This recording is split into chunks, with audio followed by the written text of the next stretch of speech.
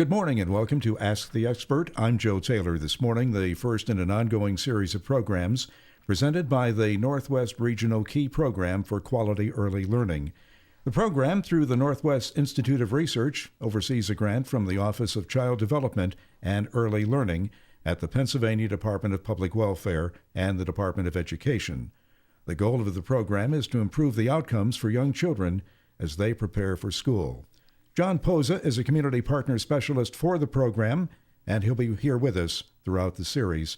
John, why don't we begin with an overview and definition of what exactly the Northwest Institute of Research is, what the KEY program is, and what it is that you're trying to accomplish.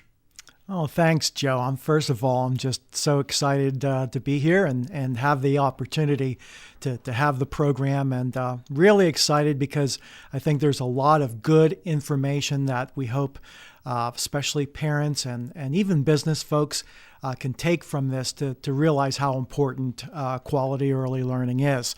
To give you an idea, pretty much of what the Northwest Institute of Research does in a Northwest Regional Key. In Pennsylvania, actually, you gave a pretty good introduction to how quality early learning is established in our state. It's actually, we're under the Office of Child Development and Early Learning, which that is a bureau that is part of both the Department of Public Welfare and the Department of Education. There, under that office, there is what's called the Pennsylvania Keys to Quality Early Learning, okay? And that is, there are 5 contractors across Pennsylvania, independent contractors, who place bids every 5 years to the state to administer what's called the Keystone Stars program. That's basically, in a nutshell, the program's called Keystone Stars. Keystone Stars is a quality rating improvement system for licensed childcare and preschool in Pennsylvania. Okay. So would this be the kind of facility then that we see advertised all the time that a mom would take her children to, like at the YMCA or some other independent businesses, for lack of a better word, operating to care for children? Yes. If you think of, just like when someone's looking and they're traveling, or they're looking for a restaurant, a certain type of restaurant or a hotel, and, like there's it has a 3-star rating, 4-star rating. Right. Somewhat the same situation exists with childcare with our Keystone Stars system. So providers, it's a voluntary program. So those providers that participate adhere to standards, learning standards that we basically work with them in moving through the STAR systems. There's grant funding that's attached to that to help them improve, and we provide a lot of the resources and assistance. So if a family is looking for childcare and they participate in Keystone Stars, then they would see anywhere from a 1-star next to that name all the way up to a 4-star. Now, the way that the regional keys work under the Pennsylvania Keys to Quality Early Learning, I actually work for an organization that has the contract for the Northwest Regional Key. Okay, our business is the Northwest Institute of Research. That's who holds the contract. We're in Erie, but we are responsible for providers in 22 counties in the northwestern part of the state. So my role as a community partner specialist is I do a lot of advocacy work, working in the community, working with businesses.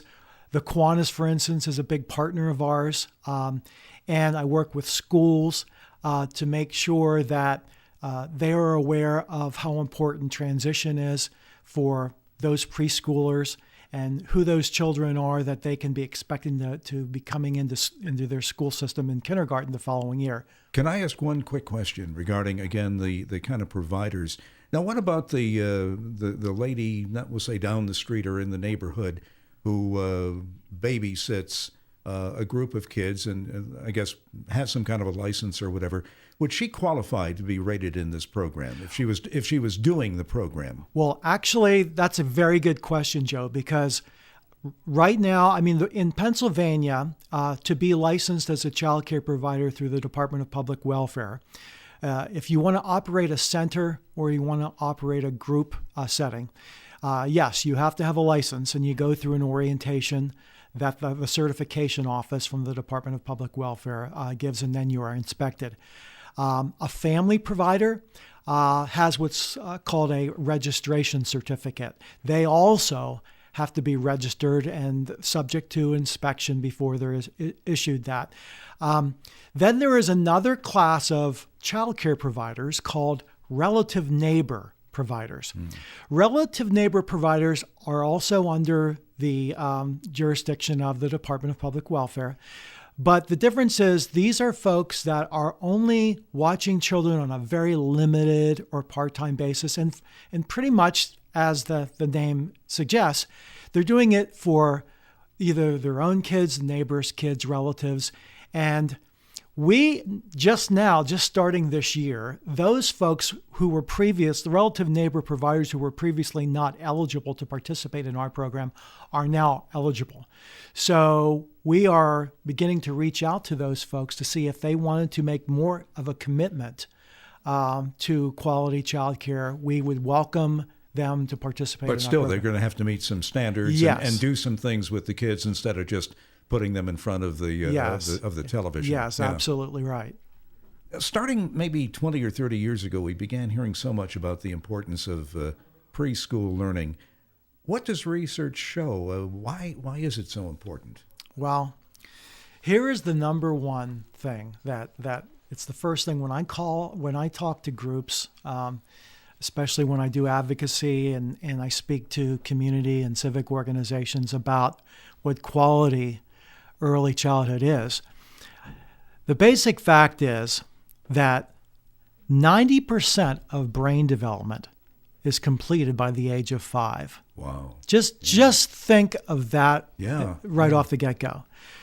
And this is nothing new. Okay, so 40 years of research has shown that children receiving quality early childhood education are more likely to succeed in school and in life.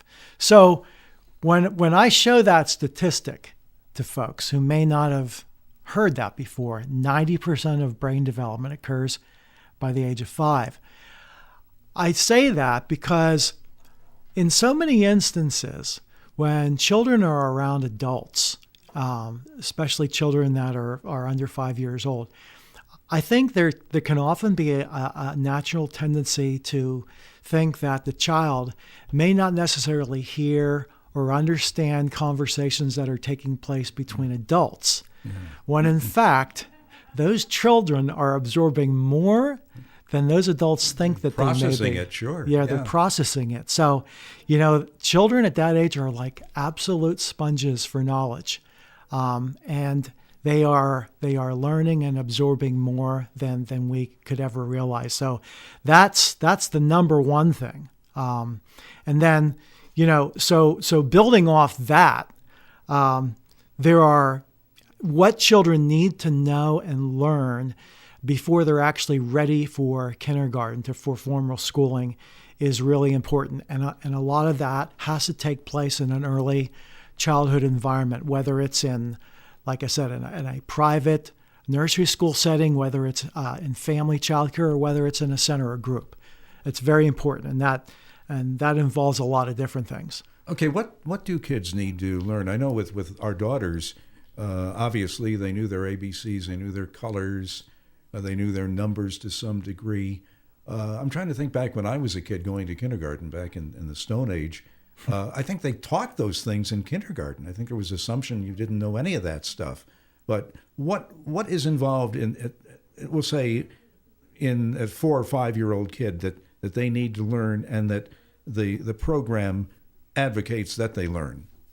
Well, Joe, and I can certainly relate to you because given our ages, and yes, what we had to know going into kindergarten is so many years ago is so vastly different.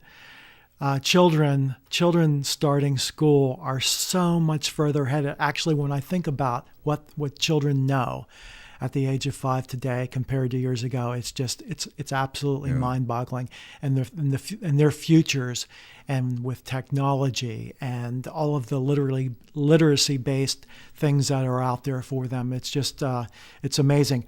But you mentioned about ABCs, and you mentioned about being able to write their names, and all of those things, having the social emotional skills that are so necessary by the time they're ready for schooling. These are things that they really need to be learning in the early childhood environment. And that's not to say that, children, because let's face it, there are assessments. Assessments are taken both in the preschool environment to make sure that children are progressing at age level and are developmentally appropriate. And it's not to say that all children end up going to kindergarten at the age of 5. Some parents may prefer to keep them behind, that can often be a very good thing to have that extra year. If they're born, I don't know what the deadline is, but there's some kids that are right on the deadline and maybe a little bit shorter, younger, whatever, immature. It's best to hold them for home for another year. Yeah. So that's very important. So it's not to say that all kids at the age of 5. Actually, I'll tell you a little misnomer in the state of Pennsylvania, Joe. Here we are. We're talking about quality early care and education, but in a way that because of the state laws, we're kind of talking out two sides of our mouth, because in the state of Pennsylvania, believe it or not, you don't legally have to attend school until the age of 8. Until 8? 8. Oh, the wow. age of 8. Yes. That's probably from something back in the agricultural era where, they needed a 6-7-year-old kid to go out and help harvest or something. Yeah, it does sound like that. So what would it be then, 8 to 15 or something? Yeah. 8. So, technically, so a parent would not be held, liable for their child not attending school. Don't say that too loud. I know. I don't want people doing that. It's not something that I'm proud to say, but that's the absolute truth. And of course, obviously there are not too many children that are waiting that long before they start school. But what is the correlation then between, and I'm sure this has been developed because this is why there's such advocacy now for early childhood learning. Well, what's the correlation between early childhood learning, being prepared one way or the other through program or through parental, tutoring or whatever, and success in school? Well, here's the thing we have to make very, very clear, in that, some parents, and it's a very, very honorable, some parents make a choice that, they may see the value of having their children in a early childhood environment, being whether that's a family provider or a center or group setting. If for any other reason, the social and emotional skills they develop in working with other children, and learning responsibility that way. But many parents make a choice, and mothers in particular, instead of having 2 parents go to work and paying for childcare, some mothers make the decision that, it's important enough to them to stay home with their child, at least in the early years, and that's fine. Well, that used to be the norm. I mean, that was the norm until probably I'd say like the 1960s, 70s. Yeah, I know. Yeah. And, there's not a thing wrong with that. What we have to be very careful about is that those parents realize when they're working with their children at home, what the important things are in working, in what they need to know and what their children need to know in working and making sure that they're developing appropriately. So, there are many, many things that they can use. They can adopt the Pennsylvania's early learning standards for pre-kindergarten and infant toddler ages. They could, it's obviously very important that they have those social-emotional skills, so that they need to have the interaction with other children and play. By all means, play. Children learn through play. It's so critically important, and that's something that tends to be a misnomer. Folks who think that, my kid isn't going to go to school until kindergarten. They don't need preschool because they just need to play. Well, they don't realize is, yes, they do need to play, but they learn through play as well. And so like I said, we're not here to judge what is the best avenue for children and parents, but we do know that those children who participate in a quality learning environment at the early ages, based on the standards that are established, not just in Pennsylvania, but nationally, to prepare these children for school, they are going to be so much further ahead and ready for school by the time that time comes. So going back to what you said in terms of child care providers, the way it is now, that parents could also subscribe to, I guess it would be the STARS program, right? Yes. Okay, that's great. What would the curriculum be for these children? Okay, let me. I'm going to tell you what. There's 4 general areas when someone participates in STARS, whether they're at the very beginning stages, then become a Star 1 and working their way up. The standards get increasingly difficult, and there's more responsibility on those providers and their staff if they're a center group as they move up through the system. But one thing that is consistent, the STARS standards are broken down into 4 areas, and that's the quality of their staff and professional development, which means the education that they have, the professional development hours that they obtain every year is the number one area. The second, the learning program, and that deals more with the curriculum and what they're actually doing and working with those children on during the course of the day, lesson planning and so forth, as well as the specific curriculum. Now, in Keystone STARS, we have learning standards, but there are many, many different curriculums that a provider can utilize with those children, and some that we don't necessarily want to promote any one versus the other, but there are many other out there. So the learning program is the other thing. The third area is the partnerships that those providers have with their families and their communities. It's so critically important that the parents have involvement in their children's preschool environment to know what is going on, that they be updated on how their children are doing developmentally, what they learned every day when they were there.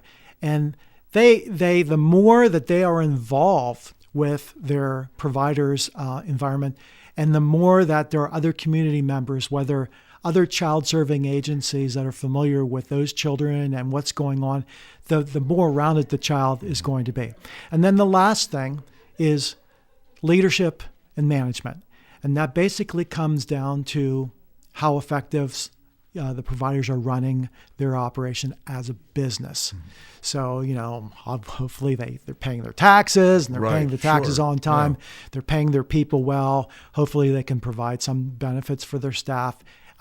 Making sure the morale is right, making sure everybody's working on the same page and those types of things. Do the providers have access to someone in the program that they could call on the phone or email or whatever to get advice, to get some guidance? Yes.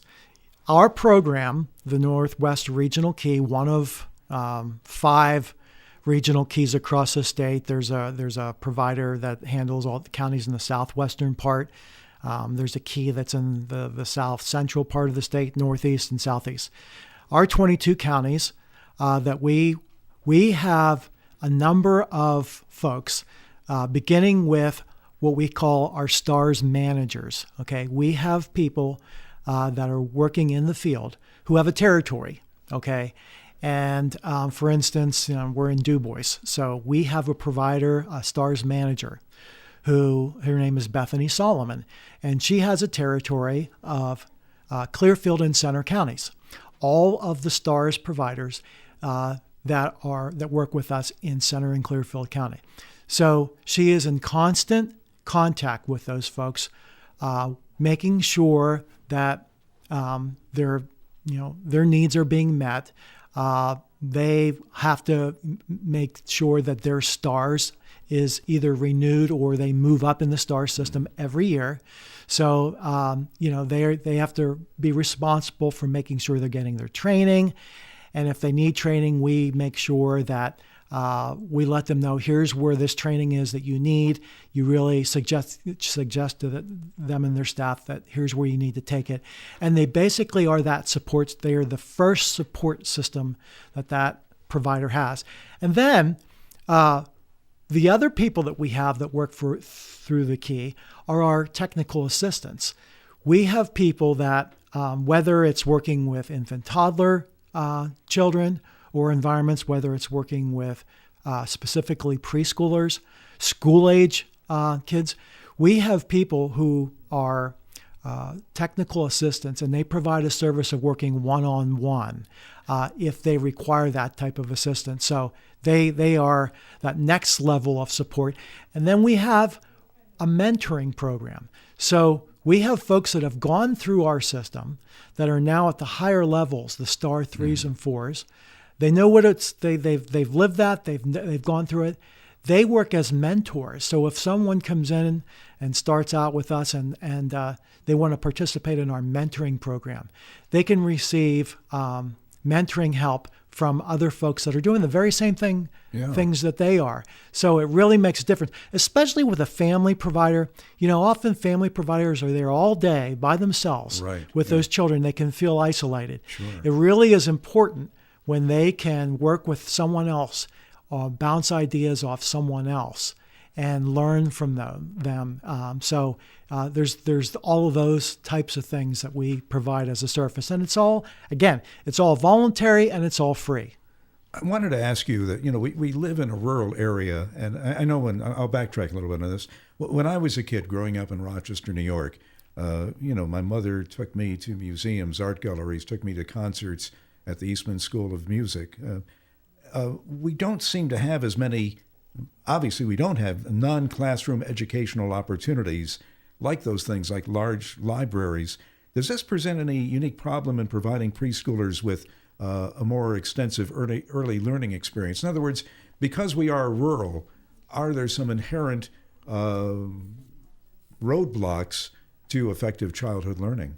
Well, it's interesting that you mentioned that because, Pennsylvania is a very diverse state from rural and urban. And our particular region, the Northwest region, is probably the most diverse of any region because we have a combination of, we're predominantly rural, but we run the gamut of, for instance, our main office being in Erie, the city of Erie, which tends to be more urban, but we often forget Erie can also be rural because the county of Erie, outside of the city of Erie, can be very rural. And for the most part, of course, we have our pockets of, say, State College, Johnstown. We actually have Beaver County, Butler, in those areas. We're little pockets, but it's predominantly rural. And we have our challenges. There's no question about it. But there are places, there are museums and children's museums that we do work with. Okay, that's great. We're going to have to wrap it up for today. That's our program for today. We're going to be back, though, 2 weeks at this very same time. In the meantime, you can go online to learn more at papromiseforchildren.com. That's papromiseforchildren.com. For John Posa and the Northwest Regional Key Program for Quality Early Learning, I'm Joe Taylor. Thank you for listening, and have a great day.